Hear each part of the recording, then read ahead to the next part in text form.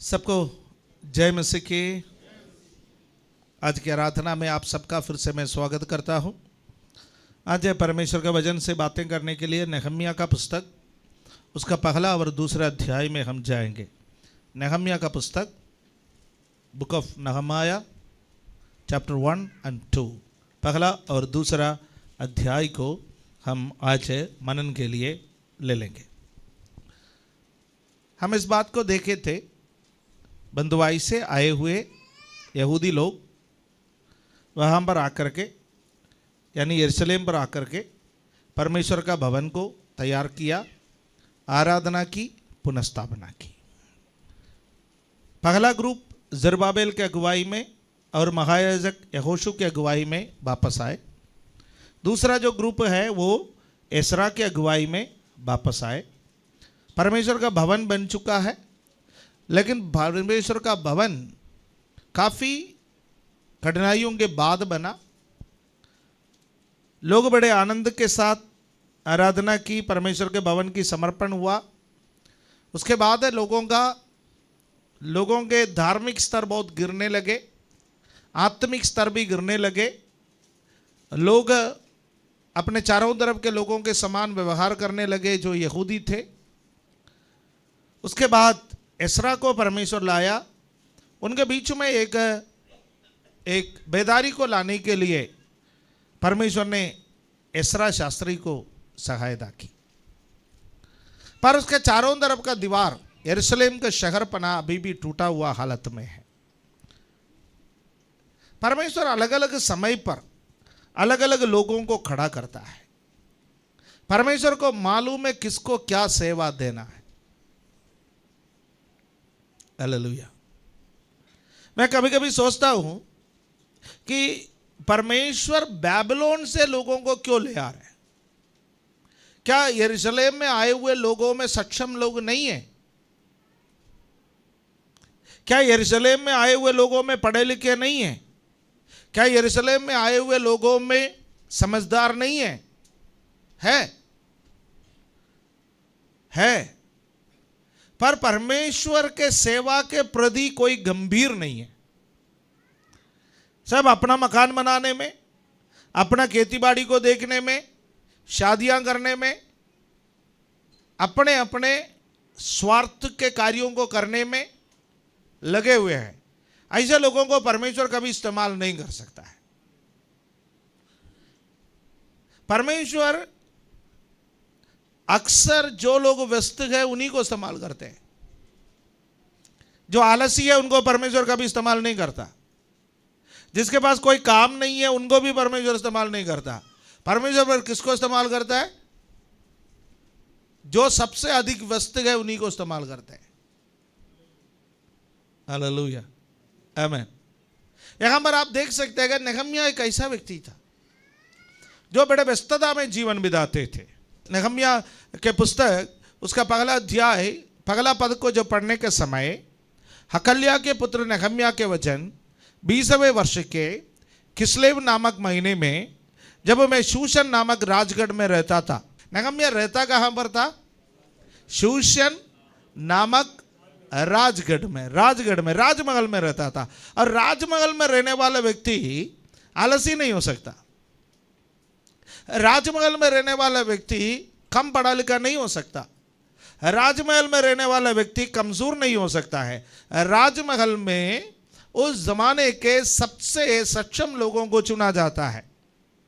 सबसे अधिक पढ़े लिखे लोगों को, सबसे अधिक बुद्धिमान लोगों को चुना जाता है। यह बंदा करता क्या था वो उसका 11वां पद में लिखा हुआ है। आप जब पहला अध्याय का 11वां पद पढ़ने के समय नहम्याह का काम तो लिखा है, सबसे आखिरी सेंटेंस देख लीजिए। मैं तो राजा का पियाऊ था। राजा का पियाऊ एक हाई ऑफिशियल होता है जो राजा के दरबार में रहता है, राजा के संग रहता है। जब तक नहम्याह ना कहे तब तक राजा पानी तक नहीं पी सकता। राजा पानी पीना है तो पहले नहम्याह बोलना है ये पानी सबसे अधिक शुद्ध है, ये पानी आपका पीने का लायक है, ये पानी में कोई जहर नहीं है। उसी प्रकार हर एक पेय पदार्थ को जब तक नेहम्याह सर्टिफाई नहीं करेंगे तब तक राजा पी नहीं सकता है। और सर्टिफाई करने वाला व्यक्ति सबसे भरोसेमंद होना चाहिए। और वो राजा के उपस्थिति में रहता था, राजा के साथ साथ रहता था। इससे हमें पता चलता कि राजा का भरोसेमंद लोगों में से एक था नेहम्याह, और वहां के अधिकारियों में से एक था नेहम्याह, और हमेशा व्यस्त रहने वाला व्यक्ति था नेहम्याह। कुछ लोग सोचते हैं कि मैं बहुत व्यस्त हूं, यदि मैं इतना व्यस्त नहीं होता तो प्रभु के लिए कुछ कर लेता। आप व्यस्त गए तभी कुछ कर पाएंगे, आप व्यस्त नहीं है तो कुछ नहीं कर पाएंगे, है ना। किसी ने कहा कोई काम निकलना है तो सबसे व्यस्त व्यक्ति को पकड़ो, उसको काम देगा, वो करके देगा। जिसके पास कोई काम नहीं है वो सोचेगा कल करेंगे, परसों करेंगे, आने वाला समय पर करेंगे, उससे काम तो होता नहीं है। तो सबसे अधिक व्यस्त व्यक्ति काम कर सकता है। तो परमेश्वर यहां व्यस्तता में पड़ा हुआ एक व्यक्ति जिनके पास काम था उनको चुना है। जब उनको चुना है तो कैसे उनका व्यवहार क्या था, आप उसके पहला अध्याय का 2 पद में, तब हनानी नामक मेरा एक भाई और यहूदा से आए हुए कई एक पुरुष आए, तब मैंने उनसे उन बचे हुए यहूदियों के विषय में जो बंधुआई से छूट गए थे और यरूशलेम के विषय में पूछा। रहते तो परदेश में हैं पर अपना देश का ख्याल बहुत है। बाबिलोन में रहते गए पर यरूशलेम का ख्याल है। हालेलुया, आमीन। मुझे कोई कमी गटी नहीं है, मेरे लिए कोई प्रॉब्लम नहीं है। मैं तो अच्छा खाता हूं, अच्छा पीता हूं, अच्छा रहता हूं, अच्छा चलता हूं, अच्छा करता हूं। ऐसा सोच करके जीवन बिताने वालों में नहीं था नेहम्याह। उनको कोई कमी गटी नहीं था, उनको कोई परेशानी नहीं था, उसके बावजूद भी अपना भाइयों के हाल पूछने वाला था वो। हालेलुया। हम दिल्ली शहर में रहते हैं, दिल्ली शहर में इतना सदाव नहीं है, दिल्ली शहर में इतना तकलीफ नहीं है, दिल्ली शहर में रोजगार का अवसर है, दिल्ली शहर में हम लोग प्रभु का दया से देश के बेहतरीन संसाधनों को इस्तेमाल कर रहा है, ये हम कह सकते हैं। पर उन लोगों के बारे में हमेशा हमारा चिंता बने रहना है।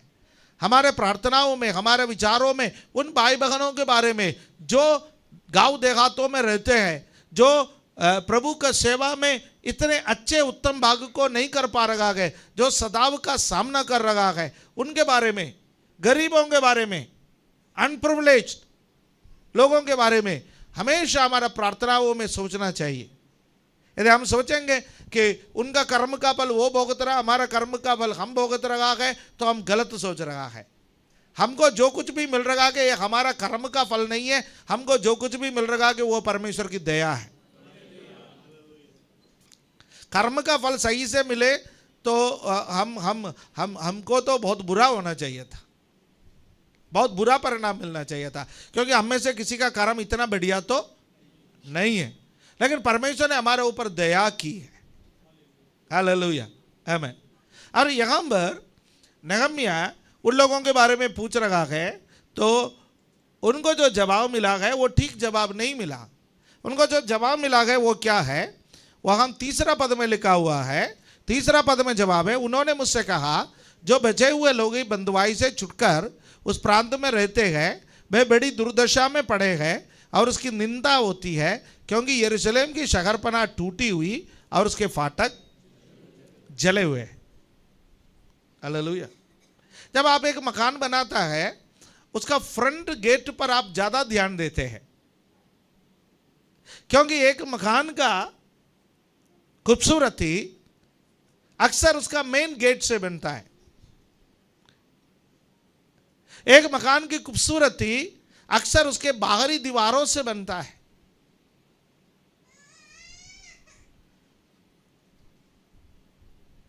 दिल्ली में इतना खूबसूरत मकान नहीं है। दिल्ली वाले अंदर तो बड़ा चमका करके रखते हैं, क्योंकि दिल्ली में इतना खूबसूरत मकान नहीं है। केरला में जाइए, खूबसूरत मकान देखना है तो बाहर बाहर से महल जैसे, इतने पैसा लगा लगा करके 4 पीढ़ी भरेंगे, उतना लोन लेकर के मकान बनाएंगे, मकान में लगाएंगे, रहेंगे 2 लोग, बनाएंगे 2 मंजिल। खैर, जब फाटक, यरूशलेम का फाटक, यरूशलेम को जब बाहर से कोई देखेगा तो उसके फाटक जले हुए हैं, बाहर से कोई देखेगा तो उसके शगरपना टूटे हुए हैं, तो बाहर के लोग उस फाटक को देख करके, उस शहरपना को देख करके हंसते हैं।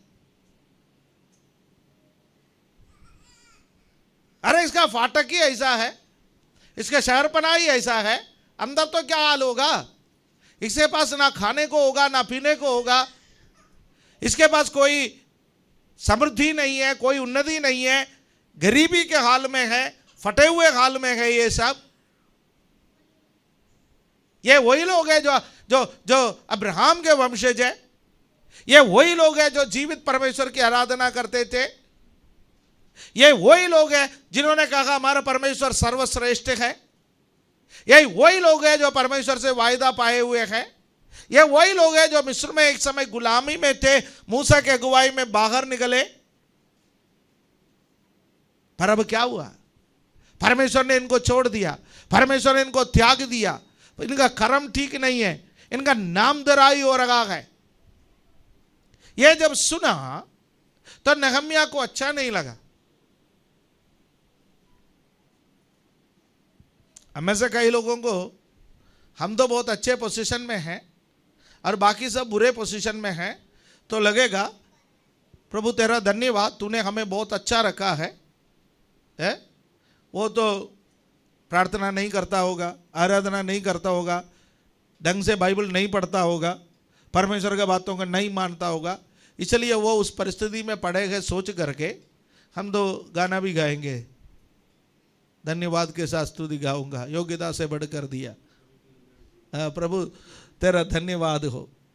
राइट, अपने आप संतुष्ट होने का, अपने आप तृप्त होने का, अपने आप तारीफ करने की एक आदत हम में है। लेकिन नहम्याह ऐसा नहीं है।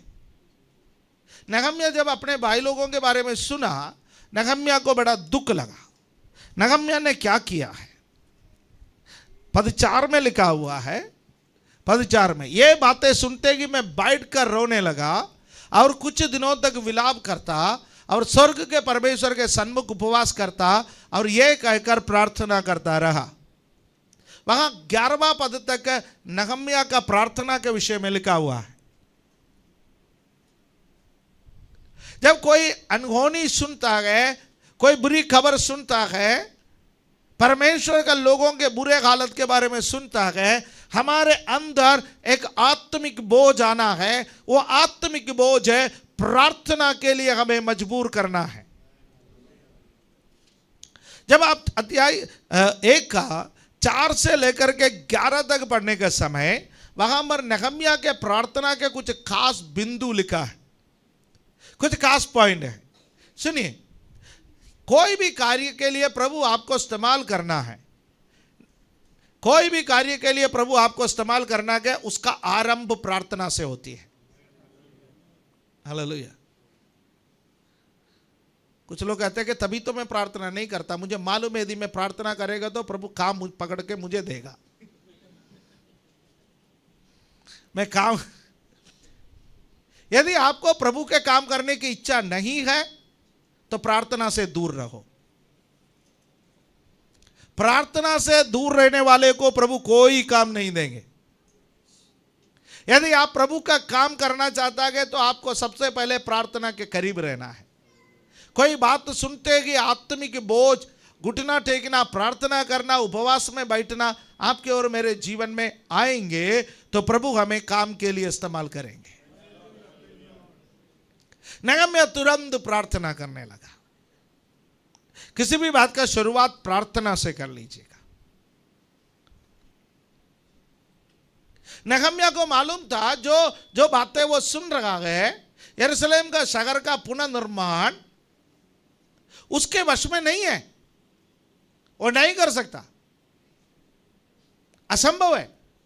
यदि नहम्याह सोचे मैं वहां पर जाऊंगा, मैं वहां पर जाकर के काम करूंगा, तो नहम्याह के लिए असंभव है। पर असंभव बातों के सामने वो आंसुओं से प्रार्थना की।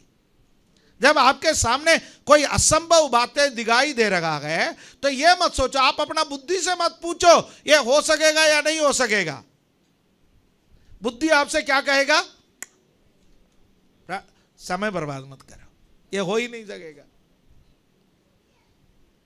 परमेश्वर को जब काम करना होता है तो परमेश्वर किसी को खड़ा कर देगा, तुम अपना काम करो। मसीहों में एक सोच ये आता है, परमेश्वर को यदि काम करना होता है तो परमेश्वर किसी को खड़ा करेगा, वो अपना काम करेगा। फिलहाल तुम्हें जो काम दिया गया वो करो। नहम्याह के मन में शैतान ने कितने बार बोला होगा, नहम्याह तुम्हें जो काम दिया गया वो है राजा का पियाऊ, तुम यहां संभालो ना, राजमहल को संभालो ना, राजा का काम को संभालो ना। तुम क्यों सोच रहे हो भैया यरूशलेम के बारे में? तुम्हें क्या जरूरत पड़ी उपवास करने के लिए? तुम्हें क्या जरूरत पड़ी प्रार्थना करने के लिए? तुम्हें क्या जरूरत पड़ी आंसू बहाने के लिए? पर नहम्याह को मालूम है बात असंभव है, पर आंसुओं से प्रार्थना करने की जरूरत है। हालेलुया, आमीन। दूसरा, नहम्याह स्वयं अपने आप को दीन करके प्रार्थना की। हालेलुया। जब आप उपवास और प्रार्थना में बैठेंगे आप स्वयं दीन होते जाएंगे, दीन होते जाएंगे। नम्रता, दीनता, ह्यूमिलिटी हमारे अंदर आते जाएंगे। यदि हमारा उपवास प्रार्थना हमें दीनता में लेकर के नहीं आ रहा है तो हमारे उपवास में कुछ कमी घटी है, हमारा प्रार्थना में कुछ कमी घटी है। अधिक प्रार्थना करने वाले अधिक दीन होंगे। अधिक प्रार्थना करने की जरूरत ही अधिक दीन होने के लिए है। हालेलुया। और तीसरी बात, नहम्याह का प्रार्थना को देखिए। नहम्याह एक व्यक्ति पर भी आरोप नहीं लगाया अपना प्रार्थना में। नहम्याह ने प्रार्थना की, प्रभु हमने पाप की, हमने पाप की, हमने पाप की, हमारे गलतियों को माफ कर दे। कई लोगों को गवाही बताने के लिए दोगे तो वो 4 लोगों की गलती के बारे में बोलेंगे। फिलहाल व्यक्ति प्रार्थना नहीं करता, फिलहाल व्यक्ति वैसा है, फिलहाल व्यक्ति ऐसा है, पर मैं तो वैसा हूं। फरीसी की प्रार्थना है, फरीसी की प्रार्थना भी है, फरीसी की गवाही भी है। फरीसी की प्रार्थना सब लोग जानते हैं ना। चुंगी लेने वाले को देकर के कहा, प्रभु इस पापी के समान नहीं हूं मैं, ये तो चुंगी लेता है, मैं तो दशमांश देता हूं। ये तो संसारी कामों में रहता है, मैं तो आत्मिक कामों में रहता हूं। ये तो गंदे और मैले है, मैं तो पवित्र हूं। पर परमेश्वर ने उसकी प्रार्थना को नहीं सुना, क्योंकि जो स्वयं धर्मी ठहराता है उसकी प्रार्थना को परमेश्वर नहीं सुनते। यदि आप देश के लिए प्रार्थना करना चाहते हैं, यदि आप कहेंगे प्रभु हमारे देश के सरकार ने पाप की, यदि हमारे देश के फिला व्यक्ति ने पाप की, हमारे देश के फिला धर्म वालों ने पाप की, फिला संप्रदाय वालों ने पाप की, वह प्रार्थना परमेश्वर की दृष्टि में ग्रहण योग्य नहीं है। यदि आप भारतवासी है, भारत के पापों के लिए पश्चाताप करना है तो आप प्रार्थना करें, प्रभु हमने पाप की, हमारे पापों को क्षमा कर लीजिए, हमारे गलतियों को क्षमा कर लीजिए। देशवासी होने का नाते इस देश के पापों का जिम्मेवारी मैं लेते हुए परमेश्वर मैं आपसे माफी मांगता हूं, तब परमेश्वर हमारा प्रार्थना को सुनता है। यहां नहम्याह ने कैसे प्रार्थना की? किसी पर आरोप नहीं लगाया, बल्कि स्वयं दीन करते हुए प्रार्थना की। नहम्याह का प्रार्थना का अगला खासियत है, परमेश्वर ने मूसा को जो जो वायदाएं दिए हैं, व्यवस्था के पुस्तक में जो जो वायदाएं दिए हैं, उन वायदाओं को बोल बोल करके प्रार्थना की। कुछ लोग प्रार्थना में वचन बोल बोल करके प्रार्थना करता है। क्यों वचन बोल करके प्रार्थना करने की जरूरत है? वो एक प्रार्थना की शैली है। पुराना नियम का भक्तों ने वचन बोल बोल करके प्रार्थना की, हमें भी वचन बोल बोल करके प्रार्थना करना चाहिए। हालेलुया, आमीन। कुछ लोग उत्पत्ति से लेकर के प्रकाशित वाक्य तक का वचन बोल बोल करके प्रार्थना करते हैं। थोड़ी सी प्रार्थना में सोने का भी मौका मिल जाता है, खासतौर से जब वर्ड लेन आता है। जितने भी लोग हंसे ये सब ऑनलाइन सोने वाले हैं। मैं भी।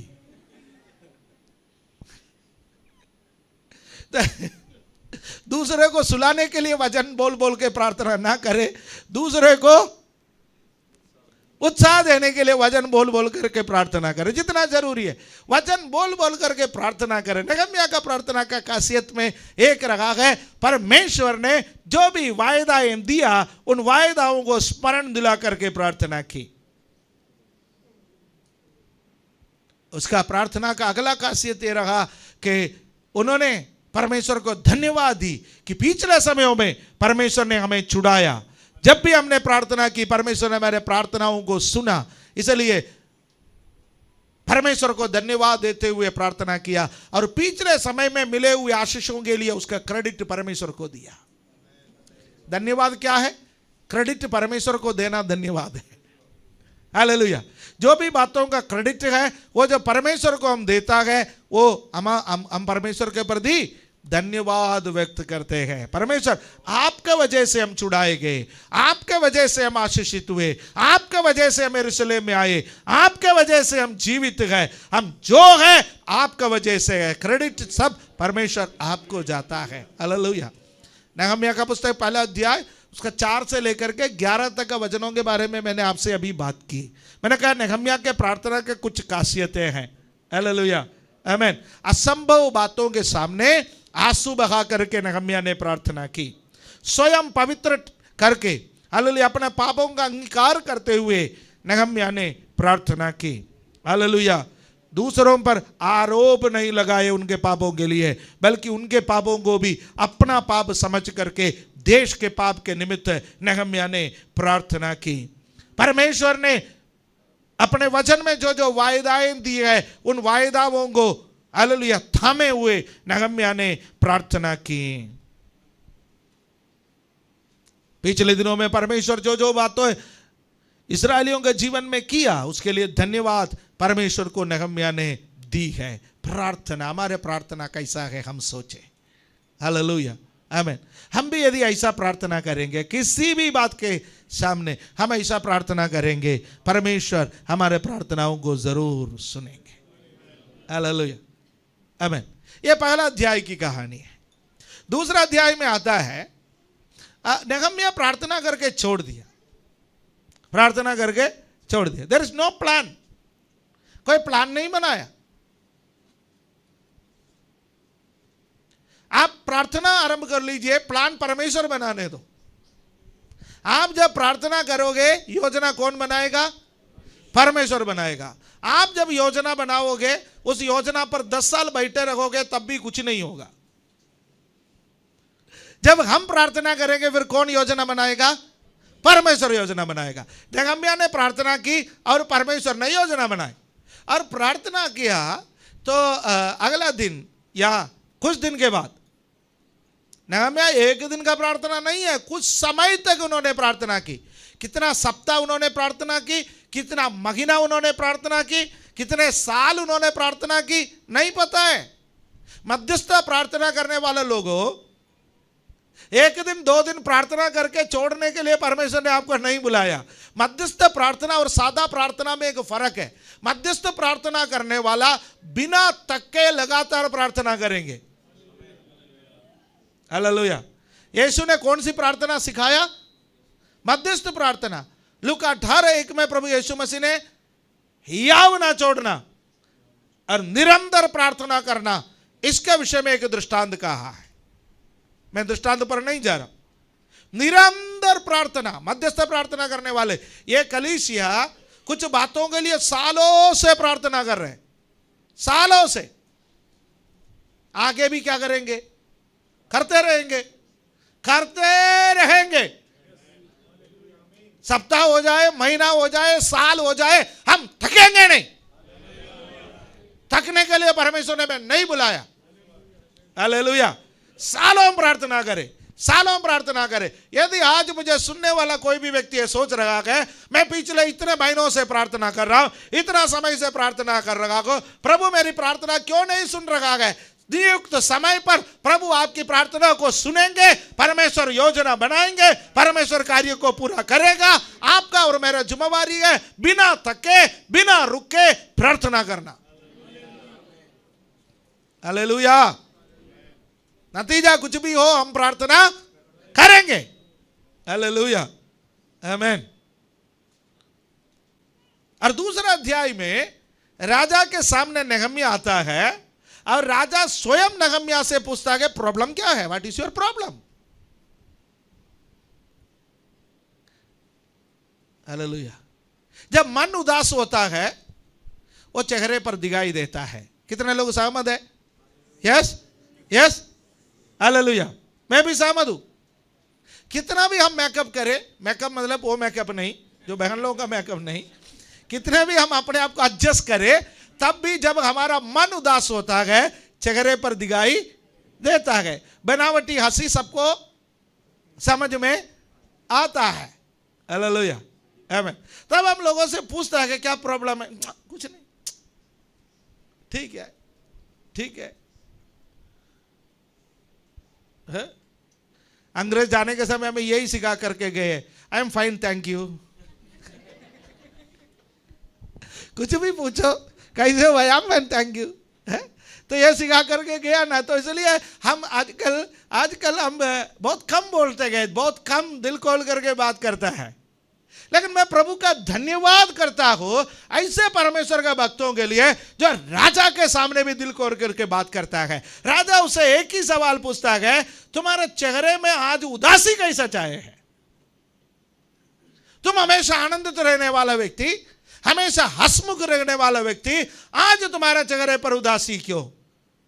वो जवाब देता है, वो दिल खोल करके बात करता है। वो कहता है कल मेरे गांव से कुछ लोग आए थे, मैंने उन लोगों से पूछा है और कहा है हमारे बाप दादाओं का वो शहर है जहां पर हमारे बाप दादाओं के कब्र है, वो शहर जो है वो आग के हवाले किए गए, तो मैं कैसे आनंदित हो सकता हूं?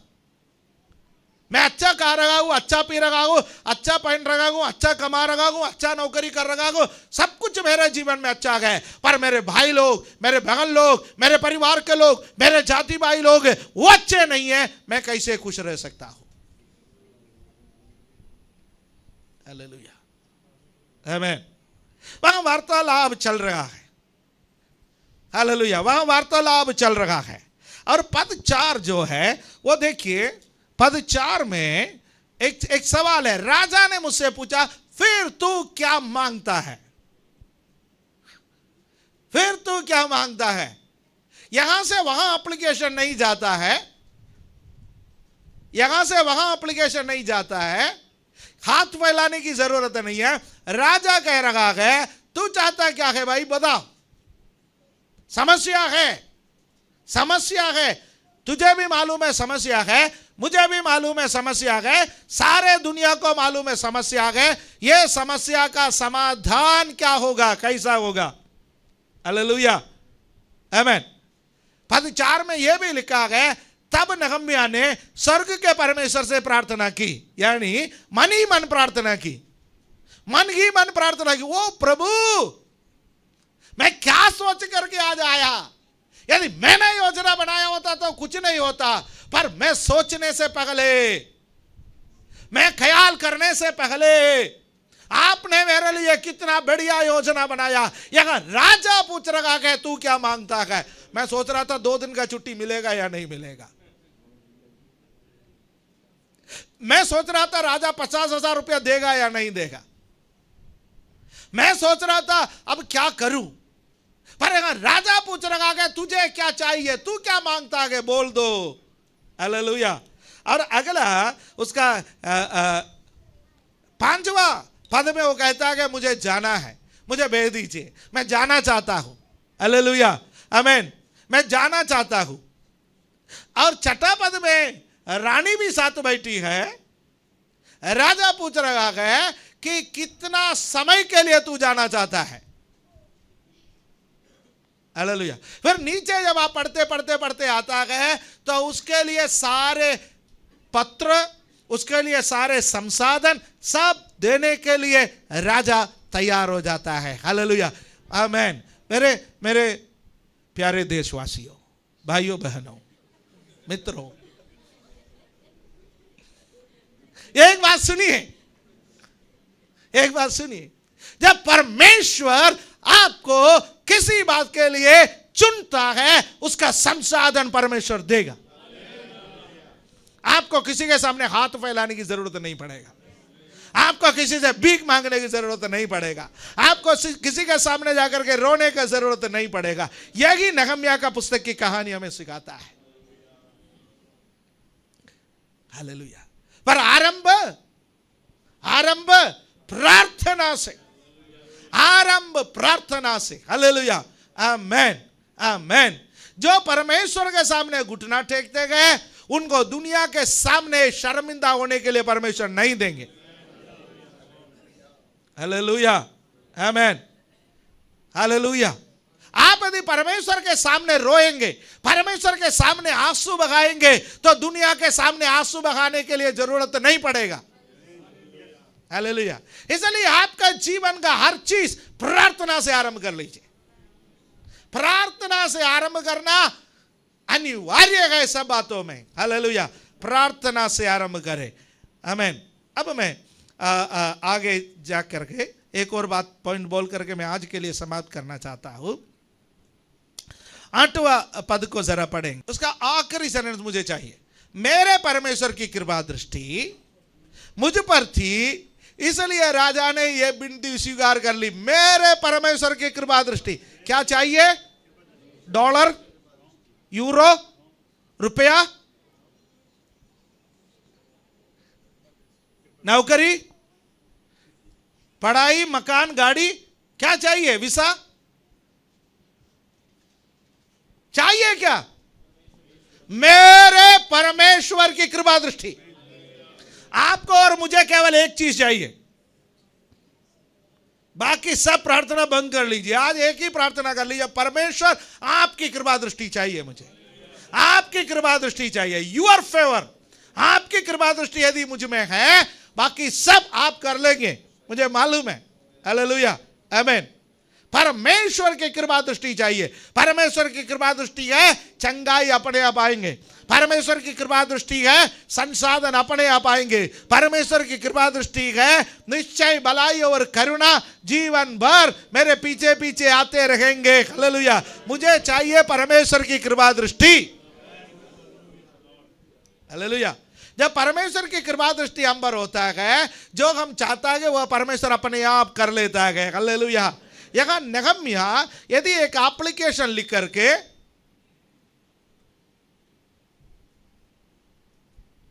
राजा के पास गया होता और उसमें point number 1, point number 2, point number 3 करके 10 पॉइंट लिख करके राजा को दिया होता, तो कभी काम नहीं होता।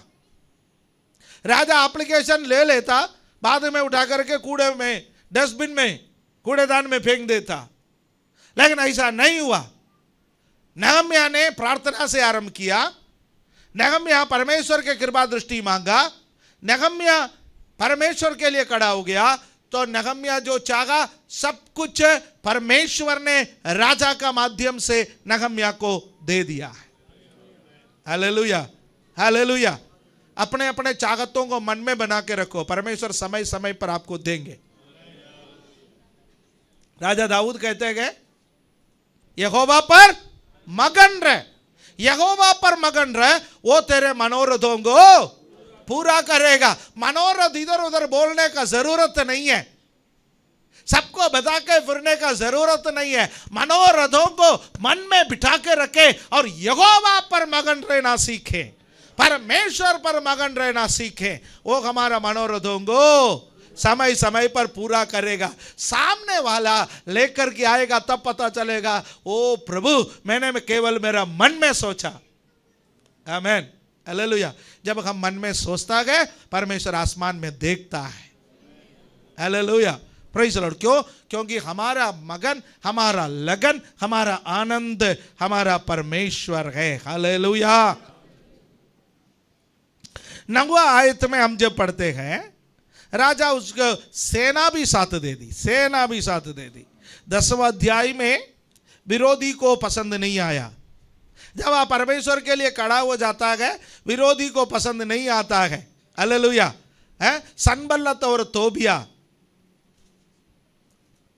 जो अम्मोनी लोग थे, जो राजा के कर्मचारी थे, जो पहले से वहां पर डटे हुए थे, वहां प्रभु का सेवा बढ़ने नहीं दे रहे थे। जब आप किसी नया इलाका में प्रभु की सेवा करने के लिए जाते गए, वहां पर सनबल्लत भी आत्मा घूमता है, तोबिया का भी आत्मा घूमता है। सनबल्लत भी विरोध करेंगे, तोबिया भी विरोध करेंगे, पर हालेलुया परमेश्वर का आत्मा के द्वारा आप गए गए, सनबल्लत और तोबिया कुछ नहीं कर पाएंगे। बुरा लगा तो बुरा लगा, हम क्या करें? शैतान तेरे को बुरा लगा तो हम क्या करें? हम तो कुछ कर ही नहीं सकते हैं, क्योंकि हमें हमारा परमेश्वर ने भेजा है। Hallelujah, praise the Lord. प्रार्थना के साथ आरंभ करने के लिए, परमेश्वर के इच्छा के मुताबिक चलने के लिए, परमेश्वर के वचन के मुताबिक चलने के लिए कितने लोग आज तैयार हैं? अपने आप को प्रभु के हाथों में समर्पण करें। हालेलुया। ओ रमाना शकना धीरा रबरा शंदरी आरा। Hallelujah hallelujah hallelujah. सब लोग अपने स्थान पर खड़े होकर के प्रभु की महिमा करें। हालेलुया। ओ रबा शकना धीरा रबला धीरा बरा बला बरा शतरा धीरा रबा बाबा बाबा हरि बाबा बाबा शगरा बला बरा बला बरा हरिगारा बला बरा बरा शंदरा धीरा रगला रीमा मा मा मा मा मा मा शग बाबा बाबा। Hallelujah hallelujah hallelujah hallelujah. ओ स्वर्गीय पिता तेरा धन्यवाद धन्यवाद धन्यवाद। आज का वचन हम सबके जीवन में आशीष का कारण बने। हम सबको प्रभु आप बहुतायत सी आशीष दे। आपका नाम का महिमा का कारण बनने में हमारी सहायता कर। जैसा जंगमिया आपके सेवा के लिए जब निकलने से पहले प्रार्थना के साथ आरंभ किया, हमें भी प्रार्थना के साथ आरंभ करने में सहायता कर। यीशु मसीह हमारी नमूना है कि अपना सेवकाई प्रार्थना के साथ उन्होंने आरंभ की। हमारे जीवन को आशीषित कर। धन्यवाद देता है प्रभु यीशु मसीह के पवित्र नाम से इस प्रार्थना को हम मांगते हैं, आमीन।